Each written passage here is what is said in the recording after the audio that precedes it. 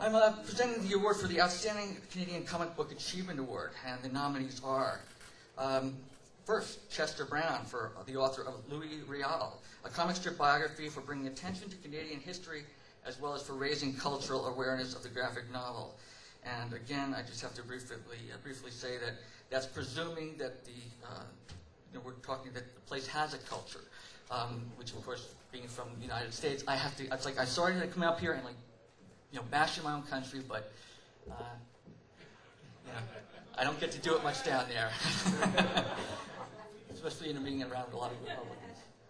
Okay, Sulifata for the Drawing the Line anthology is a remarkable collection of strips by numerous comic creators and has raised over $10,000 for cancer research at the Princess Margaret Hospital and the Hospital for Sick Children, which is just wonderful, amazing. I was actually reading this last night. It's terrific. Little Sisters Bookstore, a Vancouver bookstore, has been fighting against censorship by Canada Customs for prohibiting the importation of adult materials, initially over adult comic books. Speaking again personally, I can state for a fact that happened to me on Stray Toasters. It was one of the issues. I think it was the third issue, if I'm not mistaken, that was kept out of Canada. So anything that can be done, little sister, big sister, brothers, sisters, uncles, cousins, relatives, just kick ass. Okay, Dave Sim and Gerhard, for completing Cerebus in 2004, begun in 1977, this 300-issue series is a milestone in comic book publishing, and it's the longest-running creator-owned comic book series. I've talked to Dave about this, and when people don't know, this is actually 3,000 issues. The other 2,700 are actually under Dave's bed. He's embarrassed because he found out after he had drawn that there's such a thing as printers. So he discovered that he didn't have to draw them all by, never mind. You can see why I sit behind a board by myself. Word on the Street is the next one. Word on the Street festivals across Canada in September 2004 included many comics creators. The festivals have helped raise awareness of graphic novels by Canadian creators in their event programming, particularly in Vancouver and Toronto. And I just wonder, is Toronto, Vancouver kind of like the LA, New York thing? Is that pretty much? Yeah. Okay, and the award for the Outstanding Creative Achievement in Comics goes to, drum roll please. Thank you. Dave Sim and Gerhard. For completing Cerebus 350. Knowing these guys, I am completely proud to be presenting this award.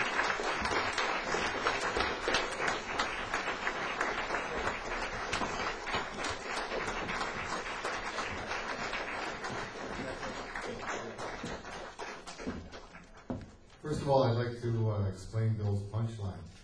You left them back on the counter.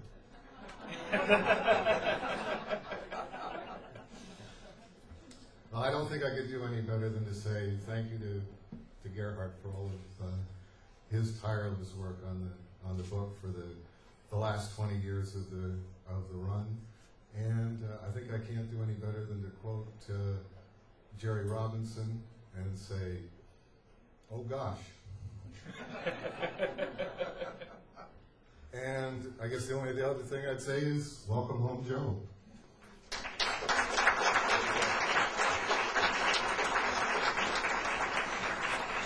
I just want to add my congratulations to Dave on an outstanding achievement.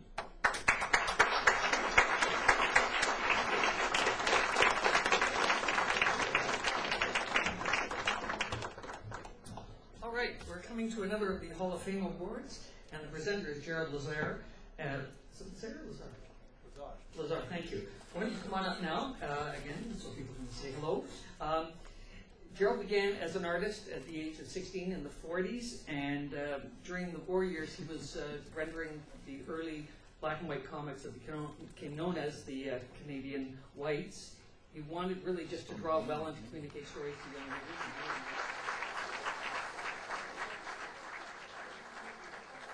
Okay, we're coming up to the halfway point of the evening. Oh my God. We're almost done.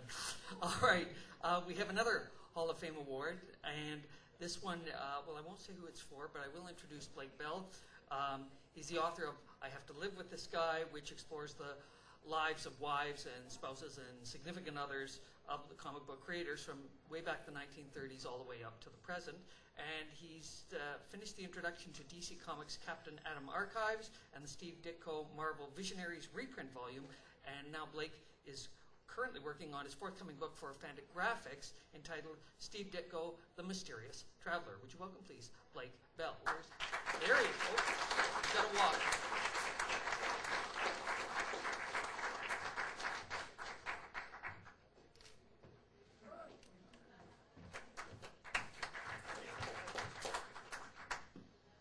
Ladies and gentlemen, it would be extremely pointless almost to open a Hall of Fame concerning Canadian cartoonists without having our next recipient honored amongst its primary inductees.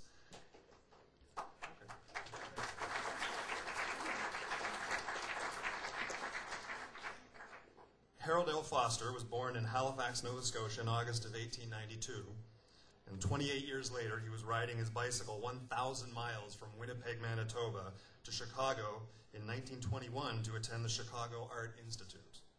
9 years later, his first appearance in the first daily Tarzan strip heralded the beginning of the adventure strip in cartooning. With the advent of his Prince Valiant strip in 1937, Foster's sense of realism, composition, draftsmanship, and anatomy would begin a legacy of influence and inspiration that continues to move forward and has brought us all here to this day. Accepting the Joe Shuster Hall of Fame award is another legend of Canadian cartooning, his 300-issue epic Cerebus that began in the late 70s and concluded last year, has influenced an entire generation of cartoonists, and, as has Hal Foster's work, will remain as one of the premier benchmarks of quality ever produced in the field. Ladies and gentlemen, on behalf of the awards committee, I'm proud to present the Joe Shuster Hall of Fame Award for Hal Foster to Dave Sim.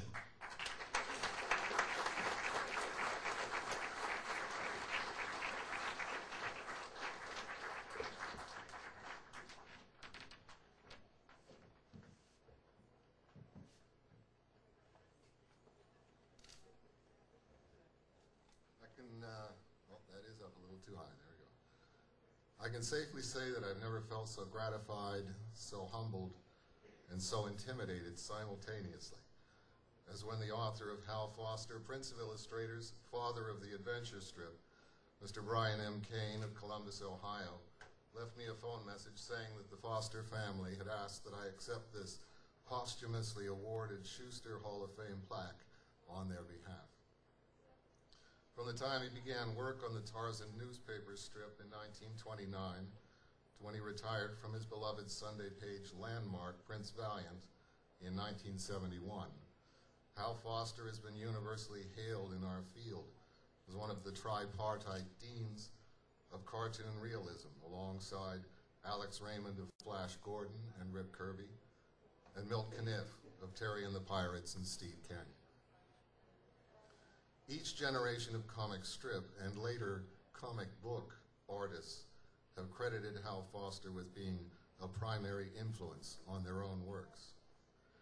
In the comic book field, among the first generation of illustrators, such diverse talents as Joe Shuster, the late Will Eisner, Lou Fine, Sheldon Moldoff, and Jack Kirby. Among the second generation, Frank Frazetta, who even adapted elements of Foster's characteristic signature calligraphy as his own. Wallace Wood, Al Williamson, Angelo Torres, and Murphy Anderson. And among the third generation, Bernie Wrightson, Barry Windsor Smith, Michael Kaluta, and Jeff Jones all owed a large and wholly credited debt to the works of Hal Foster. As a member of the fourth generation to be influenced by him, standing here before you today, I feel like a Shakespearean actor inexplicably promoted, however temporarily, from metaphorical spear carrier to metaphorical knighthood. I'm tempted to just read aloud the full text of Mr. Kane's definitive biography, published by Vanguard Press of Lebanon, New Jersey in 2001. and see how long it would take before someone cuts me off. To read to you of Hal Foster's birth in Halifax on August 16th, 18 inches of women's intimate apparel. I put my whole soul into the work, he said later, more than slightly tongue-in-cheek. I don't know when I'd been more interested. He worked variously in Winnipeg at commercial art studios like Brignads Limited, the Commercial Art Company, and the Buckley Studio. It was the threat of Depression-era starvation more than anything else that brought Hal Foster to the newspaper strip page. Originally, he hadn't been interested in illustrating Tarzan past the 10-week adaptation of Edgar Rice Burroughs' first novel, feeling that he would be prostituting his talent in doing so. He would say later, "I was a bit offended to be asked to sell my birthright for a mess of pottage. But then I thought, wouldn't it be nice if I had a little bit of pottage right about now?" Initially, Foster had been content just to churn out the pages, but then the letters started coming in. I suddenly realized the comics page gave pleasure to millions, he said, and changed my attitude about just scratching out the artwork. He noted that his wife, Helen, helped him control his inflated ego. So did the miserly page rates, which caused him to choose to create his own feature in 1937, a feature he would continue for 34 years and nearly 2,000 pages. The legendary, in every sense of the term, Prince Valiant in the days of King Arthur. As I wrote in my own tribute, which was edited out of the manuscript of Mr. Kane's book, there were just too many high-powered names with greater seniority. In parodying a number of comic strip and comic book artist styles in the pages of Cerebus, I always found it easy enough to decipher and exaggerate their little drawing tricks and inking idiosyncrasies and to ride those to a fair approximation of their distinctive styles.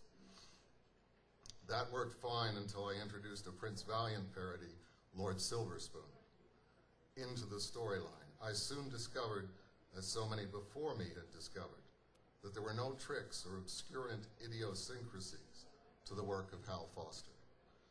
It was all pure drawing knowledge, an encyclopedic knowledge of anatomy, drapery, light, shadow, composition, line weight, and texture, and the precise interaction of all those elements on the finished page.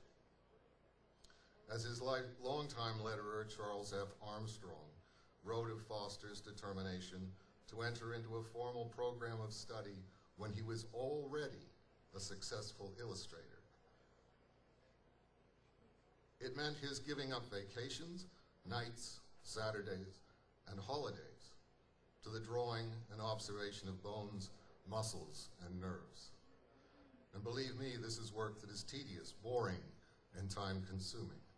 I know, having studied under the same anatomy fanatic, Charles Schroeder.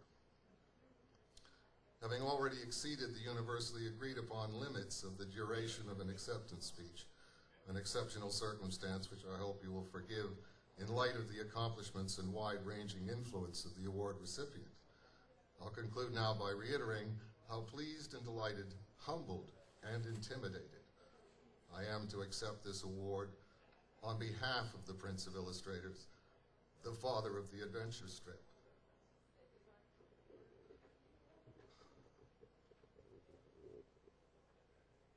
And the greatest native-born Canadian ever to devote his life to bringing the highest and most exacting standards of illustrative realism to the comics page, Harold Rudolph Foster.